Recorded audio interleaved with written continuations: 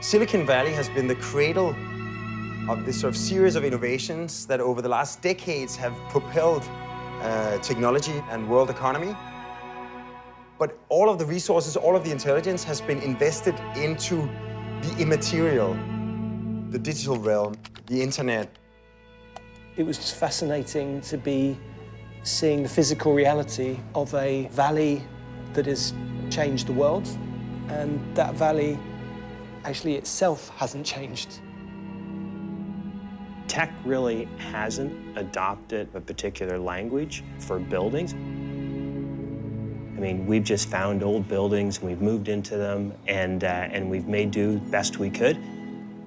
We have an opportunity to build new buildings, which is nothing unique, which people do every day all over the world. But what we've tried to do is take a step back and say, how do buildings work with nature?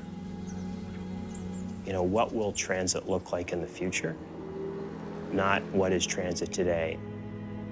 We're really making sure that we make spaces very open and accessible, so it's just not for Googlers, but it's for anyone who lives in the area to come by. And then the last piece, which is really Google at its heart, in anything we do, trying to leave the project, giving something back to the world that they didn't have before we started.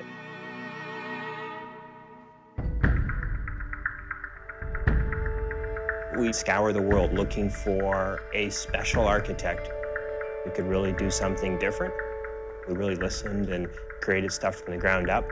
And we really got down to what we believed were the two best in class. My name is Bjark Ingels. I'm an architect and the founder of Bjark Ingels Group, or simply BIG. The big studios, they're ambitious. They do a lot of very community-focused projects, and that was pretty compelling to us. Good, a good reaction, by the way. My name is Thomas Heatherwick. I'm the founder of Heatherwick Studio. Thomas, on the other hand, has this attention to human scale and beauty that I haven't seen in anyone before.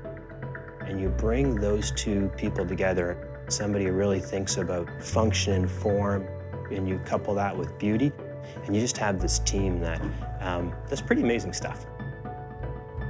When we met each other in Mauntin-Vью, we thought that it would be interesting to work with each other and Google to maybe come up with something that would be much more creative than anything we could have come up with ourselves.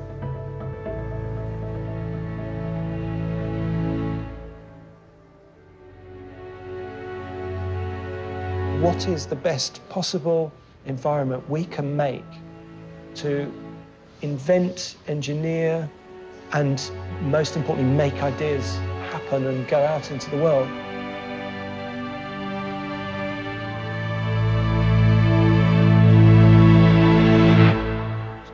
It's cool. It's cool.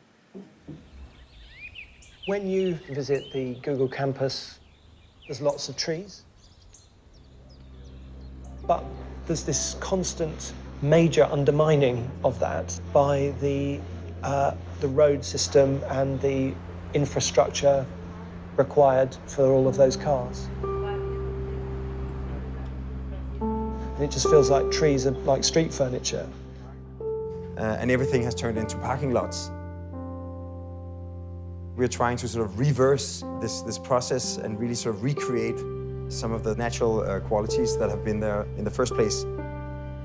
Really transform the sea of parking that you find today into sort of a natural landscape where you'll find an abundance of green both outside but also inside. These are greenhouses that enclose and protect pieces of nature. Next to ecologically sensitive areas, we're able to pull back buildings and create wildlife habitat. We're able to create areas where we're restoring waterways that bring water out to the bay. It's interesting to try and look at how you can really augment or turn the dial up more on that nature, at the same time as looking to really protect the land use.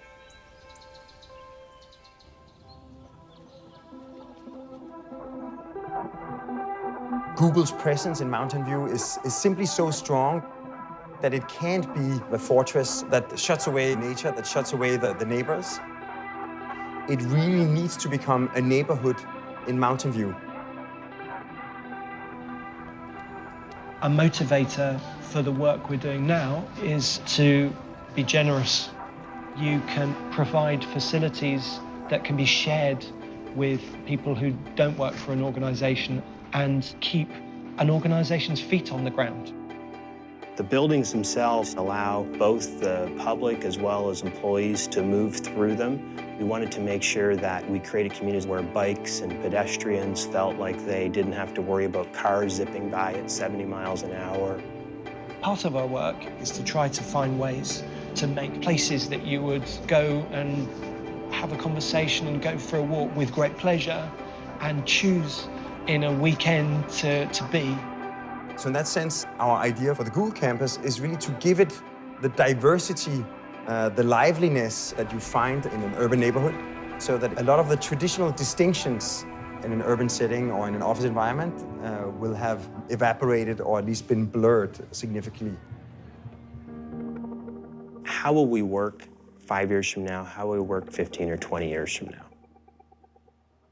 We don't know what it's going to be, but we know that it just needs to be this incredibly flexible space for it to work.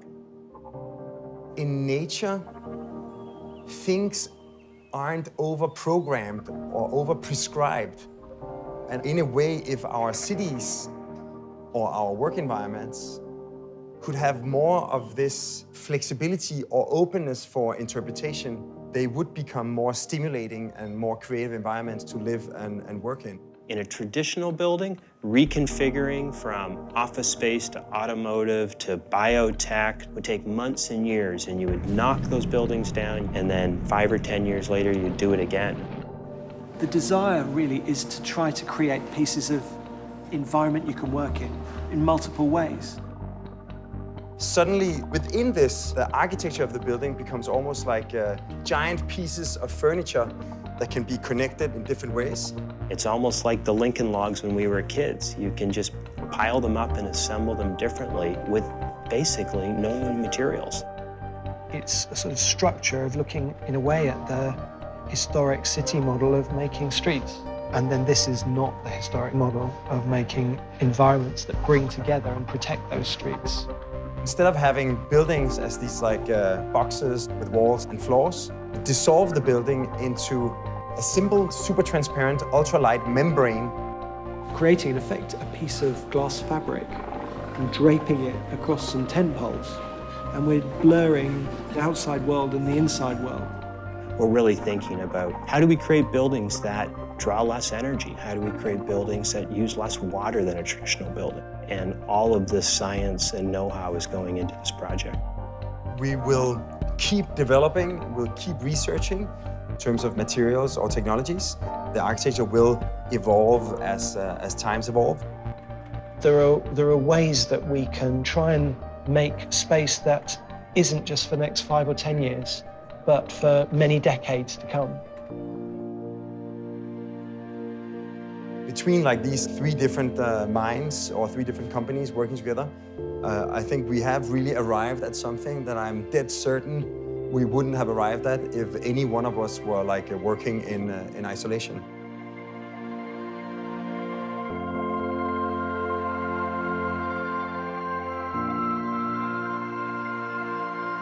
We have a duty to reflect in the physical environment the values that have been manifested in the innovations that have come out from this part of California.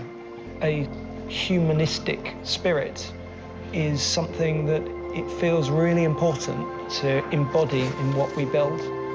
And so that's shared between all of us and is exciting and driving us and will be, in its way, revolutionary.